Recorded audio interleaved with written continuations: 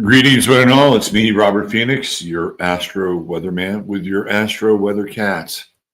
That's right. It's the lovely Peachy getting her morning pets in. Well, she helps channel in the Astro Weather. And she's coming in from the right side, so she's channeling in from the west, aren't you? That's what you're doing. And we're glad you're here performing your catly service. How is everybody today, tonight, tomorrow, wherever you are, wherever your star is shining ever so brightly, in times that may seem dark, at times dim, perhaps dim better than dark. May you always, always illuminate your own experience. Okay, here we go. There's my guy, DJMC, checking in at 11:24. Beautiful dreamer, surfing crack cows. I love it. Yeah, I thought to myself, what would be the most absurd yet creative vision of a cow? Yeah, surfing cows at dawn with leis in Hawaii.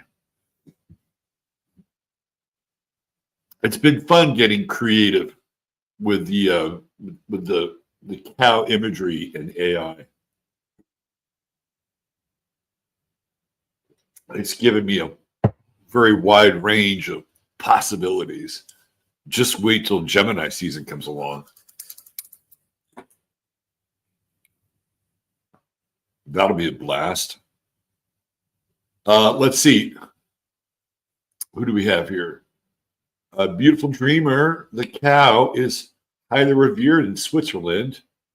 In Appenzell, they have the cow parade, usually in October, and they're coming in from the alpine pastures back home. They take them up in spring. They have a parade, and the cows are washed and cleaned and brushed and wearing crowns of flowers and a large cowbell ringing.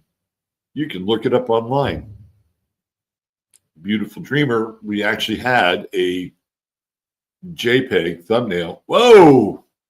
I just saw a squirrel fall from a tree. Wow. Uh-oh. We got a squirrel fight going on. There is major squirrel aggression happening here. I need a squirrel cam just so I can cut to it every now and then. Nature's amazing. Anyway, we did have a JPEG most recently of cows in Switzerland. Who knows what we'll do next? I have a few ideas. Let's see. Inked Artisan 85. Great thumbnail. Thank you. Thank you. Josie Jazzy Junk. I got to put this up here. Surf and Turf. That's really good. That's a good one. JJJ. Triple J. Julie Sunshine. The big cat lady.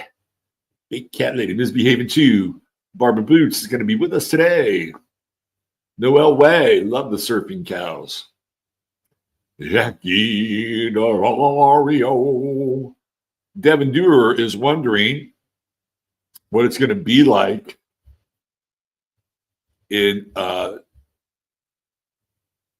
this weekend. Oh, I don't want that. With the Sun conjunct Uranus. I got my predictions. I think we're going to get earthquakes, both real and metaphoric. It is going to be, this is the last Sun-Uranus conjunction in Taurus, if I am not mistaken, that we'll be having. So I'm sure it will go out with a bang, perhaps literally. Let's see. I have to do something here really quickly. Just a quick adjustment. A quick in-show adjustment. It shall not be long.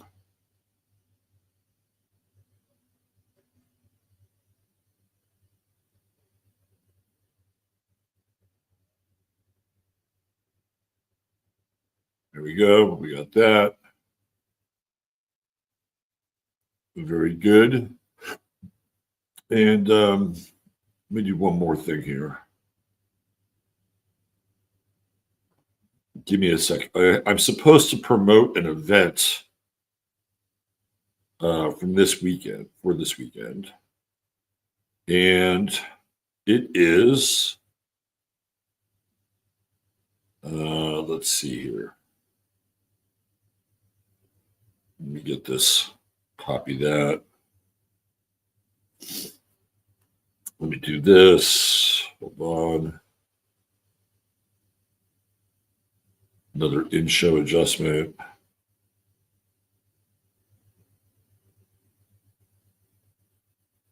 Okay, so I promised my friend Shannon Gill over at the Austin Astrological Society that I would help promote her event with Ricky Williams this weekend. And let me see if I can just pull this up here just like this. It's not going to work. Hold on. Let me just try this. No, I don't want that.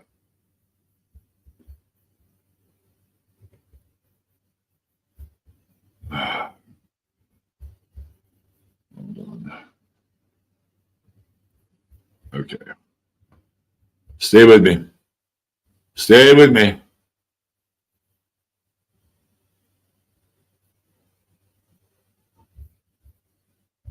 Try this one more time. Let's see what we got here. I just want to open this link. Oh, it's down here. Okay, here we go. Here we go. So if you're in the greater Austin area this weekend and you want to hang out with Ricky Williams, the Heisman Trophy winner and the enigmatic running back, let me see if I can pull this up here, turned astrologer. He's doing a workshop in Austin this weekend. It's a 4-hour workshop. I'm just going to throw this up here really quickly. That way I can share it on screen. Okay. Thank you for your patience. I just want to bring it up here.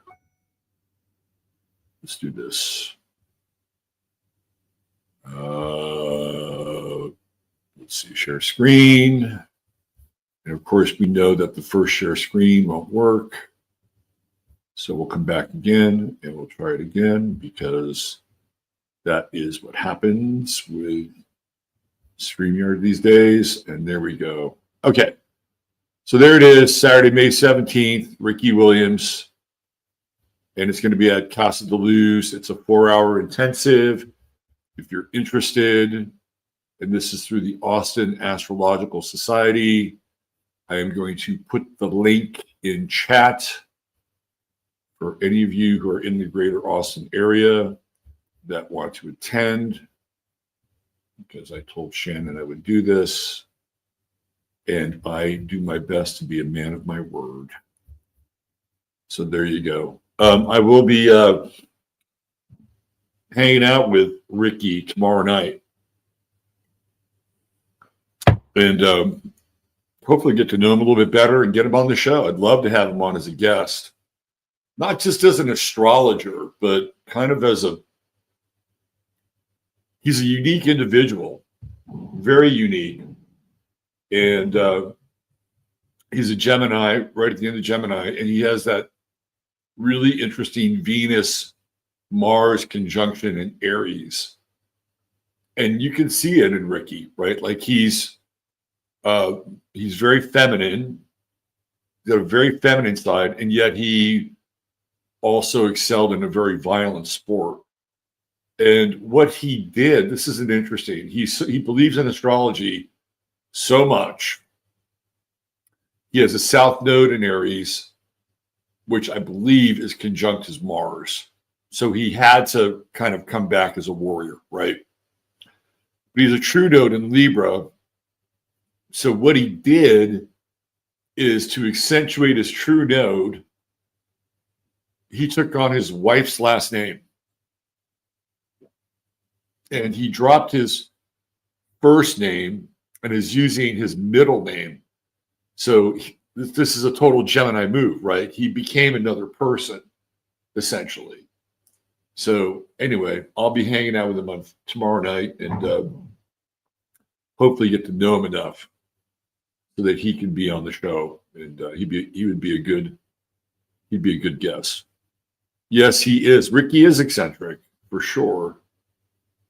He is a righteous dude. Let's see. Laura E says, my Sun and Uranus conjunct my Mars in Taurus. My Sun and Uranus conjunct my... You mean the Sun and Uranus conjunct your Mars in Taurus? Yes. I can see that, at least in a chart. Josie's Jazzy Junk. I like multiple personalities. Look, I find eccentric people really interesting. I have a wide tolerance for eccentric people. It must be my Chiron in Aquarius. I got into a kind of a debate discussion because I like the guy about the Golden State Warriors. And it had to do with Jordan Poole, who was a Gemini, by the way. And when Jordan Poole was at the peak of his powers with the Golden State Warriors, he was a show. Let me tell you, this guy was electric. He was electric. He could do things with the ball that not many people in the league could do at that time. And he could drain threes. The only thing Jordan didn't do was play a lot of defense. But when he would score 33 points, it was like you kind of looked the other way. And then Draymond Green punched him right out of the team, right? So we had this debate about Draymond Green and Ricky Williams. And Draymond is such a polarizing figure. You're either like all in on him or you're not. I am not. I think Draymond Green is a borderline sociopath. And every team, like if you're a fan of sports, you're going to have a team where one of your guys is a borderline sociopath.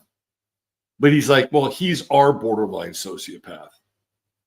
You know, he's like a family member that is volatile and kind of explosive and not easy to be around. But when he does show up, he can be very generous. You know, at Christmas, he's just handing $100 bills to everybody, right? Like when he's at his best, it's kind of like that. And he was, calling Jordan Poole a diva. Well, I really don't give a fuck if he's a diva or not. Like sometimes if you're artistic and creative, that comes with the territory. And if you're good, you put up with the diva, just like if you're good, you put up with the sociopath. This is just in the realm of sports. And Jordan Poole happens to be a Gemini, right? So I have a much wider tolerance for eccentricity. And I always have. I've always found eccentric people to be fascinating. Like, I don't really have a problem with madness. Maybe it's because I had to embrace my own. Maybe that's what it's about. I enjoy Gemini. I'm looking forward to it. Quite honestly, I am looking forward to it for sure. Why don't we get on with the weather? Let's do that. It'll be, I'm an eccentric Gemini. Love me. We'll love both of you. We'll love all of you. Let's see. Any other relevant quotes? I like multiple personalities. Yeah. Yeah. They're not always easy to be in relationship with, though. This is what I'm getting at. Geminis can be mean if they're way out of balance. They don't even have to drink too much. Geminis have an ability to find the thing that will just get you. They're good. They're good. And this is what he did with Draymond Green, right? Because they were talking, I mean, they had a locker next to each other. One guy's from Michigan, the other guy's from Michigan State, and they're always talking shit. And Draymond was the guy that set up the talking shit dialogue. It's at practice one day, and I guess Gemini Jordan chirped in his head a bit much.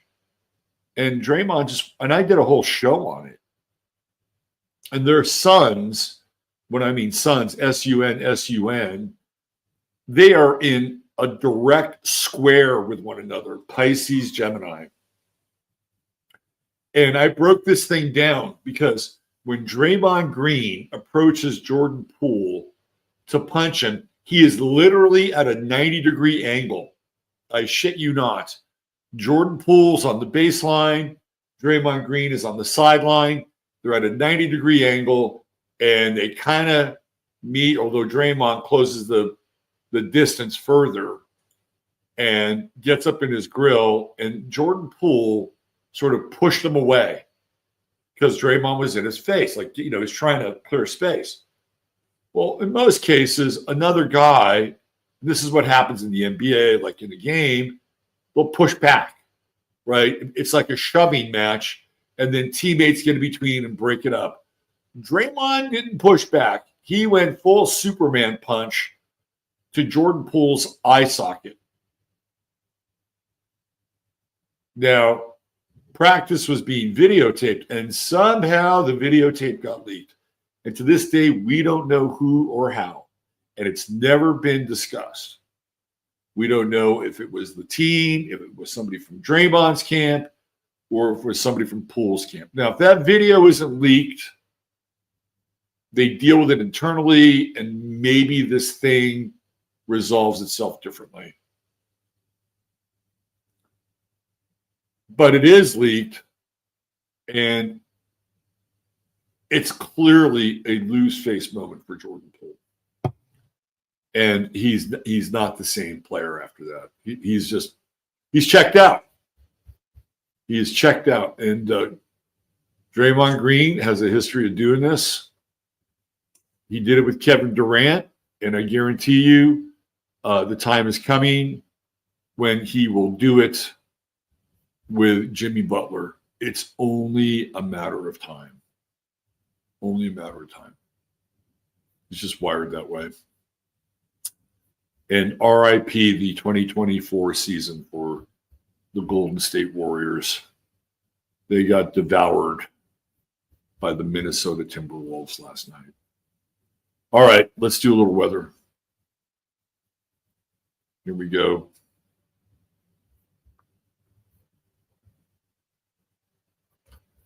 Let me adjust the screen. I like this new image where I'm like much smaller and the image is much bigger because I think it also helps you.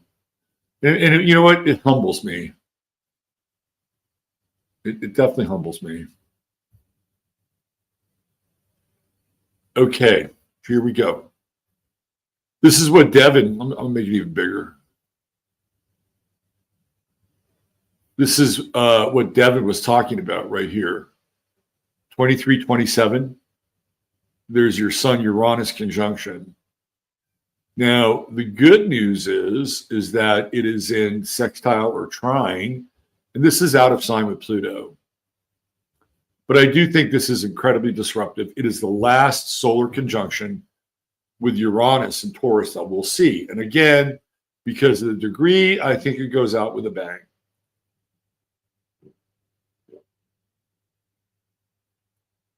let me give you a positive rendition of this. When it comes to your finances and money, if you put your shoulder to the wheel, as they say, and attempt to be creative, you could actually increase your finances. Yes, you can do that. So if you're somebody who is arty or crafty, or you're like an amateur herbalist, or you're procuring something from the ground, or something that you have made, something physical generally. Doesn't always have to be, but with Taurus, it's always helpful. This is a light bulb weekend. Like the light bulb goes off in your head.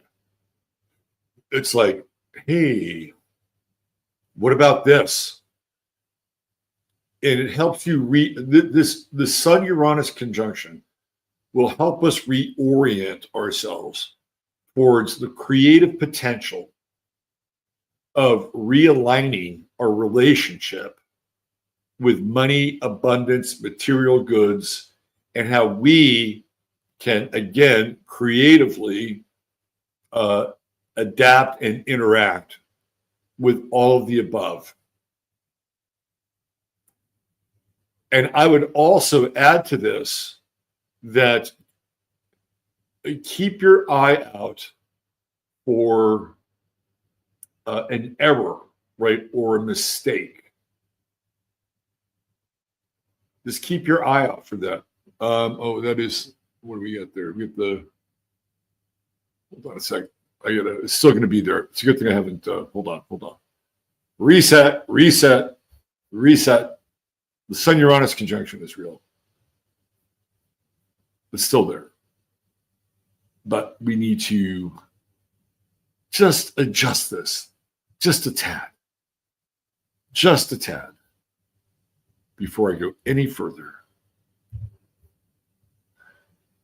There we go. Breathe a sigh of relief. Thank you, Virgo Sun. Thank you, Virgo Sun. You did your job today, and it's only in the morning. Let us reset. Let us reset. Here we go.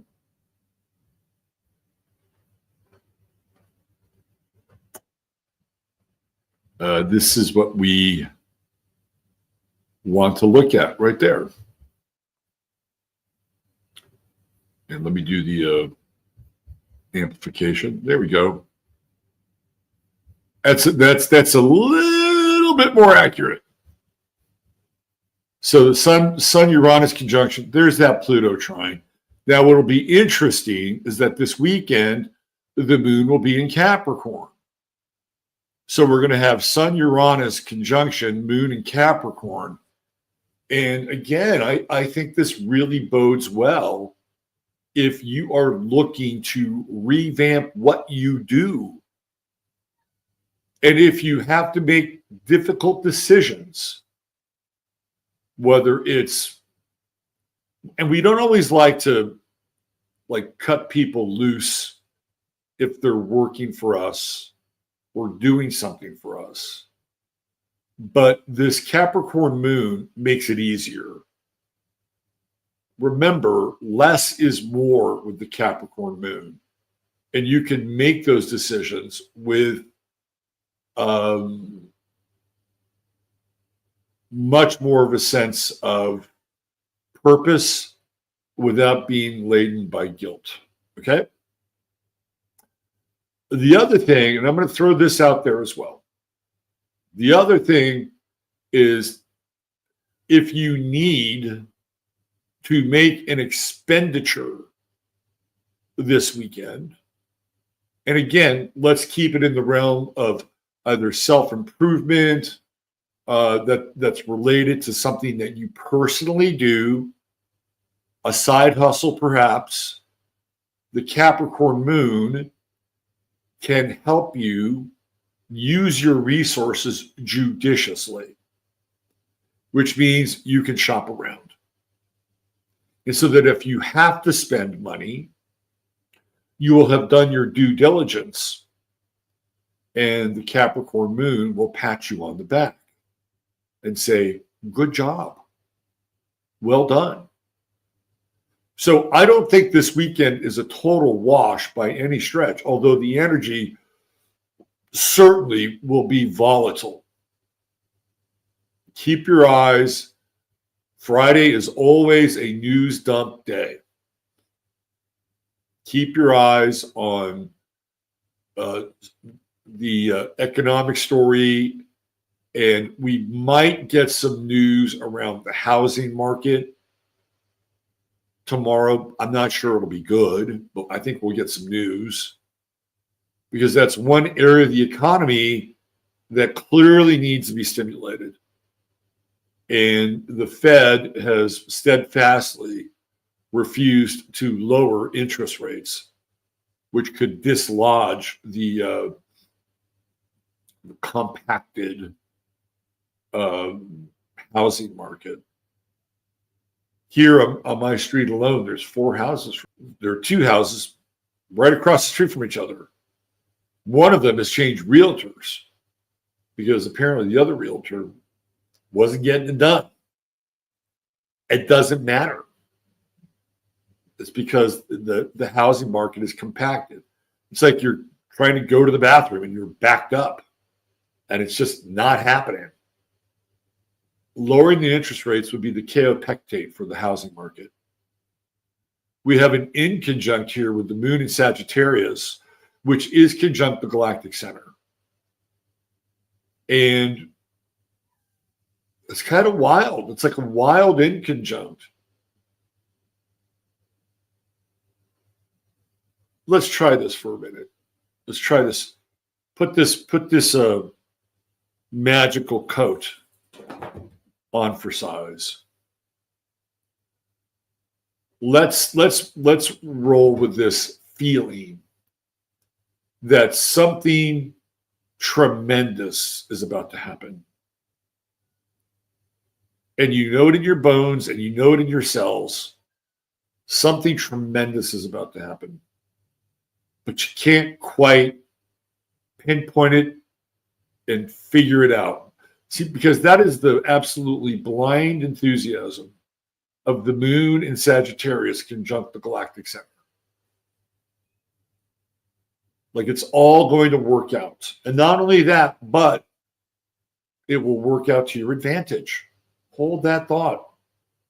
Hold that thought. Let that tingle your cells and resonate with you electromagnetically. And take it out into your day or your evening or wherever you are.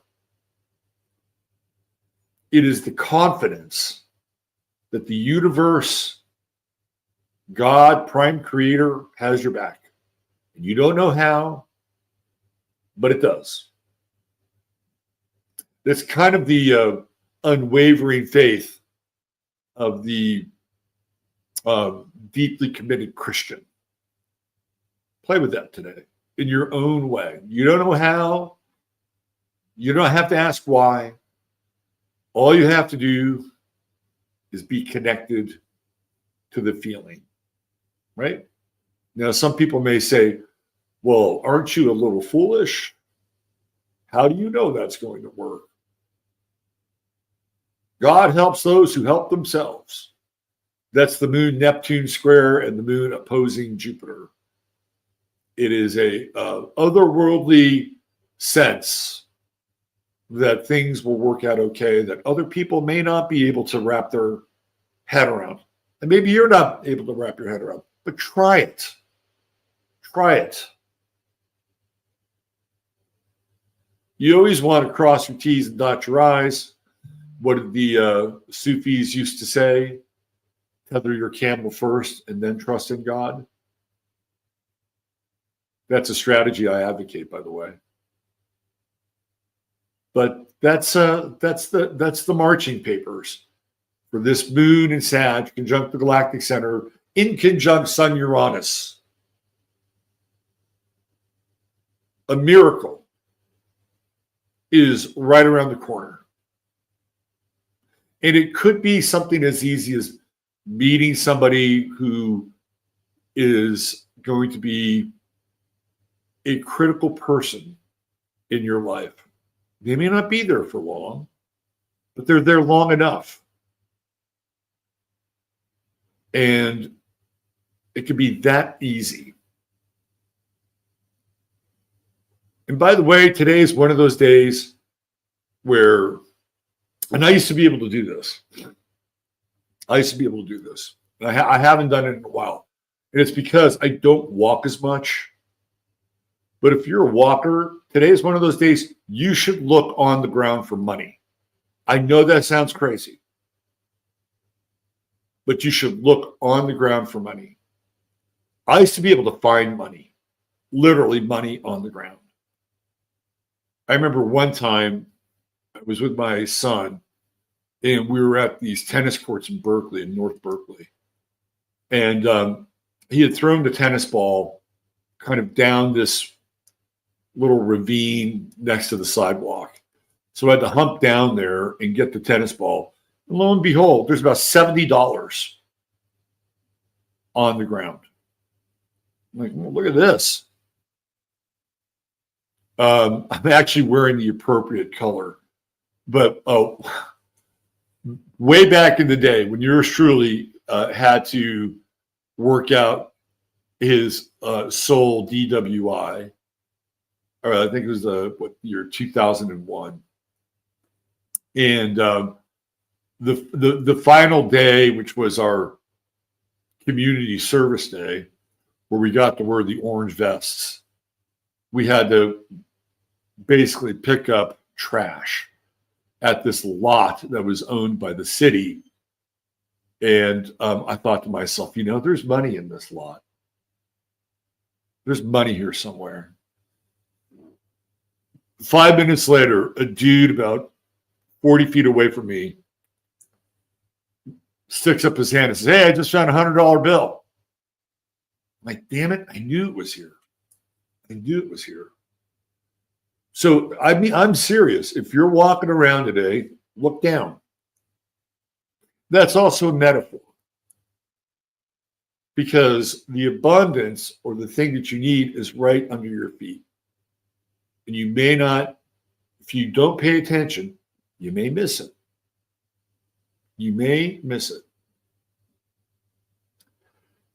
If you have children out there, adult children, you may experience a bit more dependence than you would like today. Let's put it that way. Mom, I just need $300 to make my rent. I've been working double shifts this week, and my tips haven't been great. And, the price of food has gone up so much. I promise I'll pay you back. If you're a parent, how many times have you heard that story? Raise your hand. This week is one of those. Today is one of those days. Today is one of those, Mom, Dad, I need your help. And then you begin to think, Jesus, did I raise this kid right? My God. When are they going to be able to stand their own 2 damn feet? For all of you out there who are taking care of elder mothers, be patient with them. Today is a day where patience runs thin. If you're in that place and in that space, it's a day that will test your patience. So we're talking about care on both ends of the spectrum, right? Children, seniors. We're still in this Mercury, Mars, Pluto, T-square. Mars is starting to separate just a little bit. I have been avoiding Twitter like the plague. because number one, I don't want to get into a flame war. Number two, I don't want to get into a waste of time.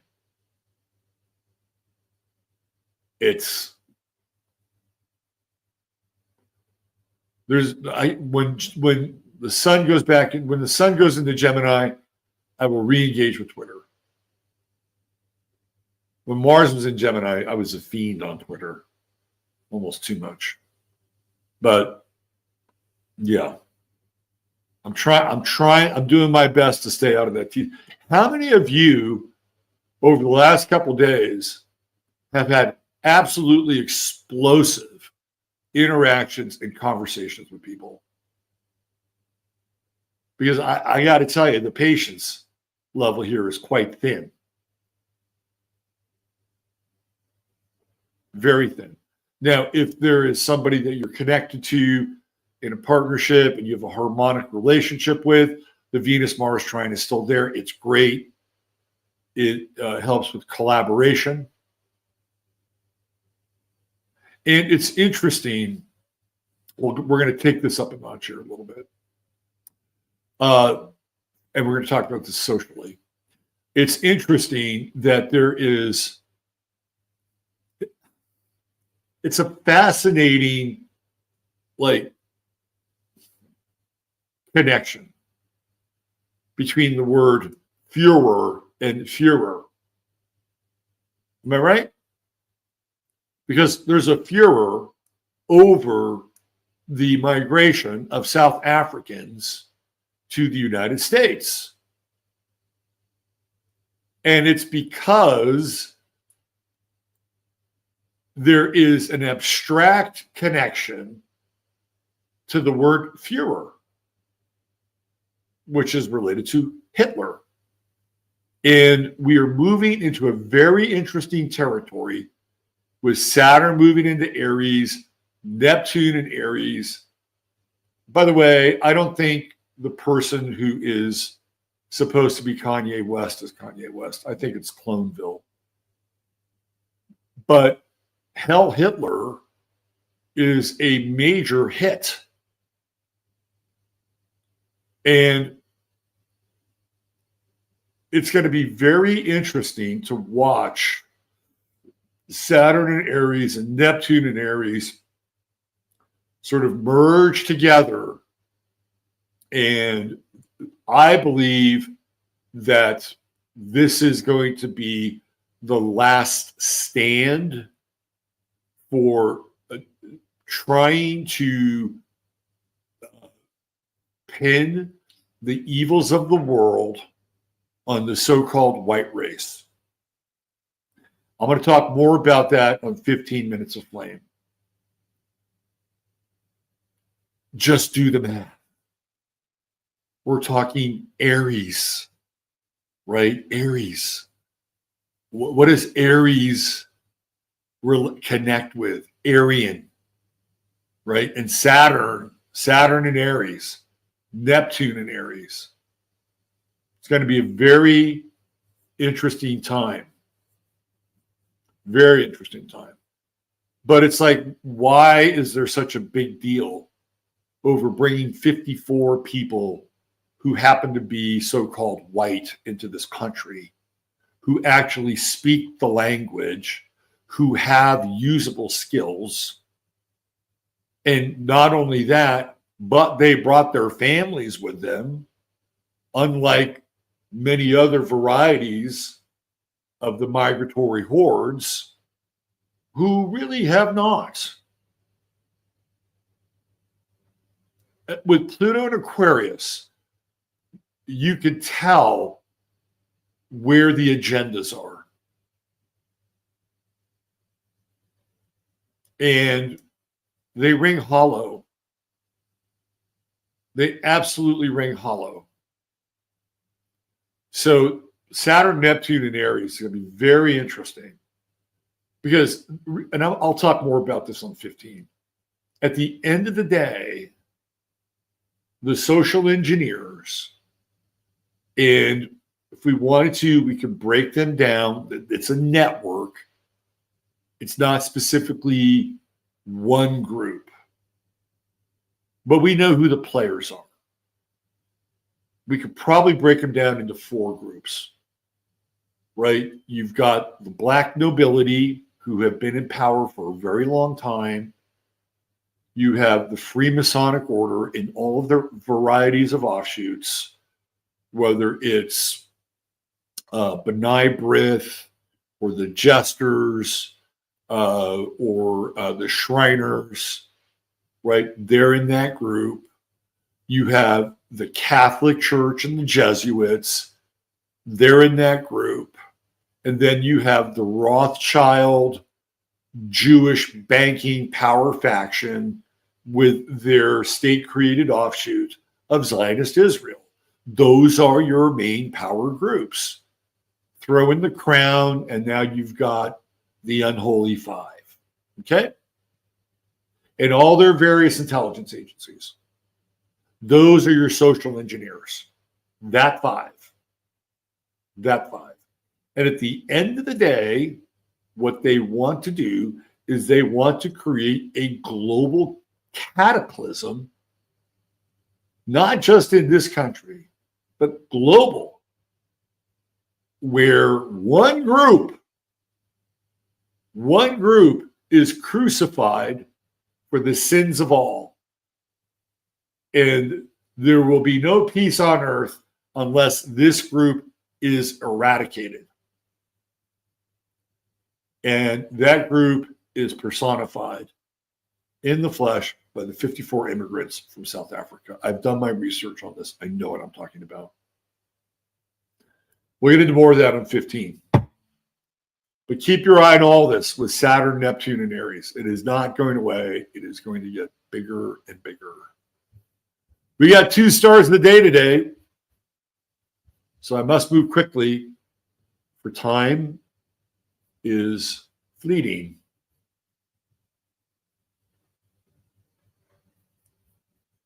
All right, this is our first star of the day, which I'll spend the majority of time on. And today's star of the day is Viva Las Vegas. Viva Las Vegas. Viva, viva. There it is, Sin City. Happy birthday. I think it's interesting. Las Vegas's birthday follows Israel's birthday. Yesterday was Israel's birthday. We could have had Israel as the star of the day yesterday. But Bobby Darin was a little more interesting. You can see it, right? Sun, Jupiter conjunction in Taurus. Money, money, money, money. 10th house. It is the golden calf. Surprised they don't have one in Las Vegas. They should. We got Mercury and Aries, right? Conjunct Venus. Just one more spin. Just one more spin. Just one more spin. That's all I need. But on a more practical note, I think you'd have to have Mercury and Aries to make this place out of nothing. Nothing. It was desert. That's pioneer energy, right? You know, look, you got Venus conjunct the midheaven. Oh, it's where marriages happen. Marriages happen in Las Vegas. But it's retrograde. Don't get married in Vegas. It won't work. Raises his hand. However, there is a sextile with Saturn. So maybe every now and then, it's kind of like gambling. Every now and then, you spin you pull the crank and you spin the wheel and you come up a winner. But maybe once in 7 times. That's generally the average. Now, what's interesting here is the Mercury-Uranus trine. And I'll tell you, Vegas is a place where they R&D technology. They're constantly reading humans. They're constantly trying to figure out what makes them tick, how to spend more money. There's a variety of ways that they do it. And every passing year, the technologies become more sophisticated.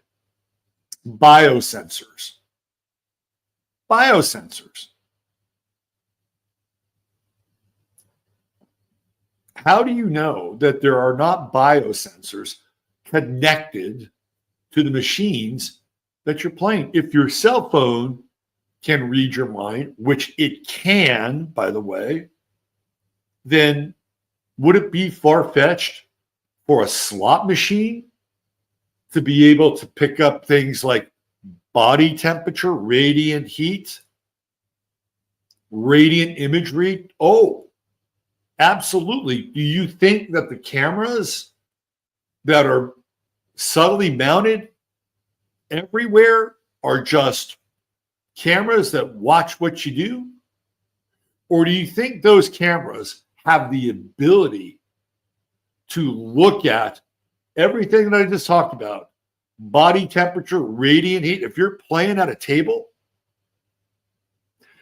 they were trying to bring this into the TSA at airports years ago. And I think they're going to do it eventually. And it's the ability based on everything I just talked about to theoretically profile somebody who could be a terrorist. Just on all the factors I just brought up. Do you think Vegas doesn't have this technology at their disposal? Oh, they do. They absolutely do. They're always looking for an edge. So you get this Mercury-Uranus trine. They're always evolving technology. Las Vegas, in my estimation, is more than just a place where, with Mars in the fourth house in Scorpio, what happens in Vegas stays in Vegas.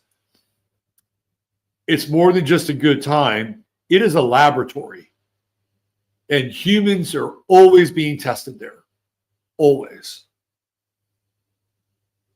And the technology is always evolving. Even with this Venus-Uranus trine, that's like the quick marriage, right? Uranus in the fifth house. Want to get married? Sure. I love you. Yeah, I love you too. Let's go find the Elvis Chapel. Leo rising. It's gaudy. Vegas is gaudy. It's supposed to be. Everything. It's a small town, but it's big and gaudy. It's flashy. You go to Vegas, what do people do there? Well, they spend 9 months of the year in the gym or a yoga studio so they can sit around the pool and show off their yoga bodies and their gym bodies. Am I right? I know I'm right. It's big, it's bold, it's garish, it's Leo rising, big hair reigns supreme. Hell, that's where Elvis made his home. Elvis was known for his hair. Entertainment. Pluto in the 11th house. What's interesting about Pluto is now Las Vegas is becoming a professional sports town. And that's teams. And guess what? Those teams, or two of those teams, came from other places. Pluto square the moon. The Raiders were from Oakland, and now they're in Vegas. The A's were at Oakland, and supposedly they will be in Vegas. So Vegas raids teams. I would not be surprised if perhaps some NBA team winds up in Vegas. I don't think the talent pool is too thin to get new franchises. If there was one team that I think that will move to Las Vegas, it will be the New Orleans Pelicans, who do not draw well, do not have a great local fan base. Because this is what happened with the San Antonio team in the WNBA. They moved to Vegas and they became the Vegas Stars. Vegas has a way of poaching teams from other places. Now, you would think that with the true node and the moon and Virgo, that Las Vegas would be conservative and a bit more chaste. No. Why? Because the moon squares Uranus. Totally fucks up the Virgo effect. Fuck it.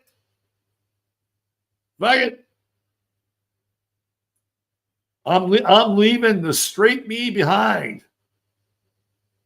What happens in Vegas, Mars and Scorpio, fourth house, stays in Vegas. And there's a Mars Neptune trine. There's a lot of justification. It's easy. Oh yeah. There's a rule. Like Vegas is this temporary autonomous zone where you could just be completely libidinous, licentious, and it's really okay. Well, it's not really okay, but it has that feel. And the upside with the Mars Neptune trine is it's creative. And let's face it, there is some creativity in Las Vegas. They're always finding creative ways for you to spend your money. That's for damn sure. However, with Saturn and the South Node in the eighth house, I would stay away from borrowing money while you're in Las Vegas. I don't think it's a really good practice, whether it's from your friends or from the house. I'm not a high roller. I know some people that are, and they're actually pretty good at it. But this is a city set up for snatching your hard-earned pennies. As far as living there, Mars and Scorpio in the fourth house, I think that if you live there, you might be able to carve out a lucrative existence. If you're an escort, I'm just kidding. But again, Mars in the fourth house, the sports teams are showing up, which is very Mars-like. All right. Las Vegas. Viva Las Vegas. We got one other quick star of the day today. Let me just load the chamber real quickly.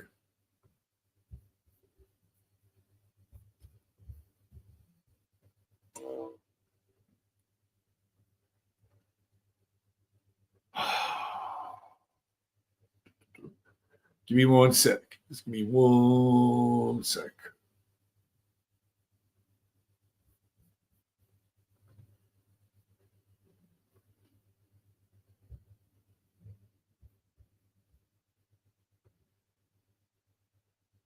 Okay.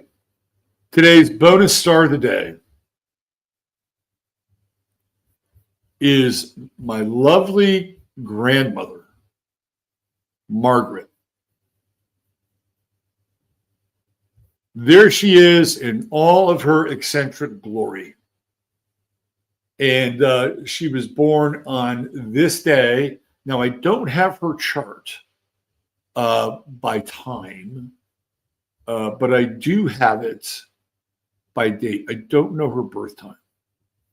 And let me see if I can find her chart, because I dialed it up.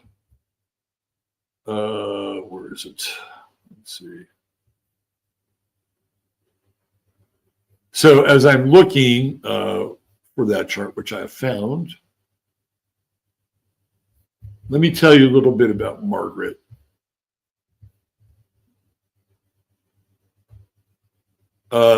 Margaret, whom I called Grammy, you can see that she's got this snowy background behind her. That's because she's on the way to Reno. Reno was her Vegas. She loved to gamble. She was eccentric as hell. And she was a stubborn Taurus who married a Leo, and all they did was fight. Her son, my father, was a Leo, and all she did was badmouth him. Got married at 16, was born in Shreveport, Louisiana. Could not handle my birth grandfather, whom I never met, because he was unstable and alcoholic. And at a young age, left with my father to go to California and wound up divorcing him. And moved to Los Angeles, where her other family, who were kind of Dust Bowl people, had settled. And then from there, she moved to Northern California And she was dirt poor and had to put my father in foster homes for periods of time, which really scarred my father, by the way. And eventually, she managed to buy a house in Lameda Park in San Bruno. And everybody in her family thought, why are you buying a house? You're not going to be able to afford it. Well, Margaret found herself a man. My non-biological grandfather named Ralph, whom I loved dearly. And Ralph was very successful. He was kind of an executive type at a dry goods company, underwear, socks, T-shirts, and did quite well for himself. And Margaret, being a good Taurus, was invested in the stock market. And she always followed the stock market all the time. And she spent most of her time up in her little crow's nest in her 2-story Tudor house in Millbrae, California, where CNN was on almost 24/7, where she listened to late night talk radio till 2 o'clock in the morning. And Margaret used to tell me back in my 20s, she would say, Bobby, she called me Bobby, Bobby, you should have a radio show where you talk about astrology. I'm like 26, maybe. I'm like, oh, that sounds like a great idea, but who's going to do that? Little did I know that old Margaret kind of had a clue. Let's just take a quick gander at her astrology and we'll get out of here. So I just put her as a double Taurus. And the reason why is this Venus and Aries in the 12th house, the hidden relationship. My grandmother had like a 25-year relationship while she was married with a guy named Tony. Met him one time at a restaurant and exchanged numbers. He called her every day for about 25 years. Nobody ever met Tony. And they would talk for hours. And when my grandmother passed away, she passed away in 2002 on my birthday. Well, day after my birthday, the 23rd of September. And at the funeral, who shows up? Tony. He's grief-stricken. Nobody ever met the guy. And my grandfather would get pissed off. God damn it, are you talking to that goddamn Tony again? Venus in the 12th house. Jupiter and Gemini. I think this is right. I think this is about right for her. She was into money. She loved money. She loved to fucking talk. Talk. She'd call my mother and she'd be on the phone with my mother for 2 hours. Sometimes I'd talk to her and I would just hold the phone up like this for a minute. And I'd come back and she'd still be talking. Mercury sextile Uranus, she believed in astrology. She knew it was a thing. And ironically, her Mars conjunct my true node in the 10th house. She knew. She knew. However, her problems were definitely Leo's. My poor father. There was a period of time I had to live with her because I was working in the .com world, and I loved it. She was great. I loved her. But man, she used to just badmouth my father all the time because and he was a good dude to her. And the reason she badmouthed him is because he reminded her of her marriage. And she had shame over her marriage. Chiron and Aries, right? Relationship, conjunct Venus. And one day I said, you should be a bit more kinder to my dad. He does a lot of stuff for you. And he loves you. And he doesn't deserve, the harsh attitude that you flash on him. And he used to do all kinds of stuff for her. And finally, on her deathbed, she told him that she loved him. There you go. I guess the lesson of the day, don't wait that long. Other people in your life may want to hear that. All right, that's it. Run a little bit over. Come hang out. Come hang out over on 15 minutes. Thanks for being here. Hey, listen, if you want to drop me a cup of coffee, that'd be really nice. The link is in there if you want to do that. Take good care of yourselves. Treat each other well. Love you all. God bless. Enjoy your day. Robert Phoenix signing off.